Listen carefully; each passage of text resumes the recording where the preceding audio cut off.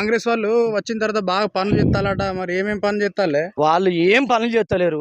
ఒక్కటే ముచ్చట, ఓట్లు అడిగిర్రు, గడ్డ మీద కూర్చున్నారు.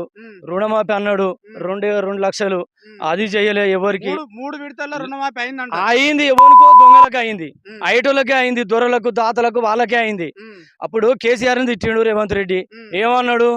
దొరల పాలయ్యిందిరో తెలంగాణ అని ఏపూర్ సవన్న సుత పాట పాడిండు. అన్ని తీర్ల చేసిండు, అన్ని తీర్లు అయినాయి. మళ్ళా దొరల పరిపాలనే వచ్చింది. ఏది లేదు, 2 లక్షల రూపాయలు మరి పరిపాలన కాలేదు, రుణమాఫీ కాలే. ఆడోళ్ళకి 2500 రూపాయలు ఇస్తాను అన్నాడు, అది కాలే. గ్యాస్ ఇస్తా అన్నాడు 500కే, అది చేయలే. ఏది చేయలే. అంటే ఢిల్లీకి పోతాండు, అంటే ఢిల్లీలో ఉంటాడు.